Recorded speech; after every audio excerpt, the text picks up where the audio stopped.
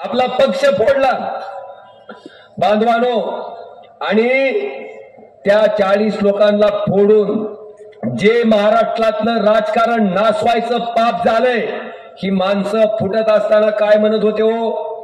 कोण म्हणत होतं मी बाळासाहेबाच्या हिंदुत्वासाठी चाललो? खरं होतं का खोटं होतं? सगळं खोटं. एक तर पट्ट्या म्हणला ही अजितदादा असल्यामुळं फार त्रास होतोय म्हणला आम्हाला, ही असंच जर चालू राहिलं तर आमचं काही निवडून यायचं खरं नाही म्हणून चाललोय म्हणला तिकडं. आणि काय गम्मत भाई और बहनों, 70,000 करोड़ का घोटाला किसने किया? बघा, भाषण करायची गरज ठेवली नाही तुम्ही. सगळ्याला माहित आहे. देशाचे पंतप्रधान सांगतात की 70,000 कोटीचा घोटाळा अजित पवारांनी केला, आता त्यांना मी शिक्षा करणार आहे, हीच माझी गॅरंटी आहे, असं मोदी साहेबांनी त्यांच्या जाहीर सभेत भाषणात भोपाळ या ठिकाणी सांगितलं. आणि अजितदादांना काय शिक्षा केली माहिती आहे तुम्हाला? काय शिक्षा केली? कमळाबाईच्या मंत्रिमंडळात उपमुख्यमंत्री म्हणून त्यांना घेतलं. आणि नुसतं उपमुख्यमंत्री म्हणून घेतलं नाही, खातं कोणचं दिलं? अर्थ खातं दिलं. अर्थ खातं म्हणले यांना 70,000 कोटी खायचा अनुभव आहे म्हणले. एवढा अनुभवी माणूस कुठं भेटेल म्हणजे आपल्याला?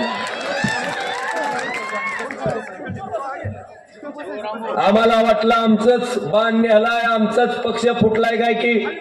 तवरच तर कमळाबाईची नजर पवार साहेबाच्या पक्षाकडे गेली. त्या ठिकाणी त्यांचा बी पक्ष चोरला, त्यांचं बी घड्याळ नेलं. त्यांना आता तुतारी वाजवणारा माणूस मिळालाय. बांधवानो, ह्या पद्धतीनं महाराष्ट्रातलं नासवलेलं राजकारण आपण बघितलं.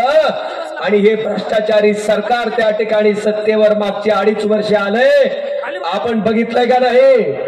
आता 2 महिन्यापासून चालू आहे. कुठली योजना चालू आहे? आता 2 महिने झालं. लाडकी बहीण म्हणायचं नाही, लाडकी खुर्ची. एकदम करेक्ट योजनेचं नाव घेतलं तुम्ही, एकदम करेक्ट.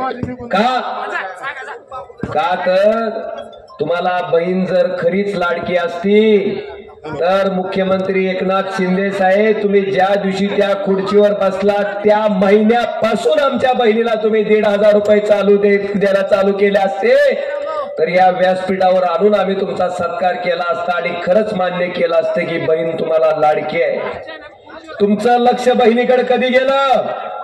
लोकसभेला शेतकऱ्याचं निब्बार रुमणं तुमच्या पाटाडात बसल्याच्या नंतर त्या ठिकाणी तुमचं लक्ष बहिणीकडे गेलं.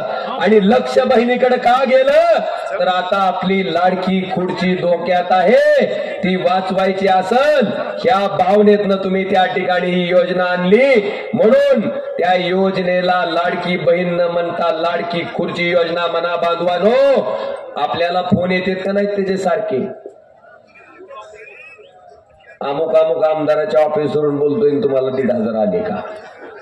येते का नाही? एक तर शेतकरी काटावून म्हणलं, अरे म्हणलं नालाय का, सोयाबीनचा भाव 11,000चा 3,500 काय लागलोय. एकाच क्विंटलला दाजीचं 7,500 रुपये हाणल्यात भेटलो तुम्ही, आणि बहिणीचं 1,500 आलं म्हणून विचारतो का? म्हणलं कुठाईस? फोनवरून जर हाणायची सोय असती तर फोन मधूनच हानीत होतं बघा ते, पण सोय नव्हती म्हणून बचलं. ही वस्तुस्थिती आहे का नाही? लाडक्या बहीण योजना जाहीर करणाऱ्यामध्ये आणि मुख्यमंत्री उद्धवजी ठाकरे साहेबांमध्ये हा फरक आहे बांधवानो. उद्धवजी ठाकरे साहेब मुख्यमंत्री म्हणून त्या खुर्चीत बसल्या कुठली निवडणूक आहे का, आपल्याला फायदा होतोय का नुकसान होतंय याचा विचार न करता महाराष्ट्रातल्या शेतकऱ्याचं 2 लाख रुपयाचं कर्ज सरसगट माफ करायचं काम त्या ठिकाणी उद्धवजी ठाकरे साहेबांनी केलं. वाट बघितली नाही की आता कोणची निवडणूक येते का. मेळावा घेतला का उद्धव साहेबांनी? साधा त्याचा मेळावा तरी अजिबात घेतला नाही. बांधवानो, निस्वार्थपणे काम करणारा माणूस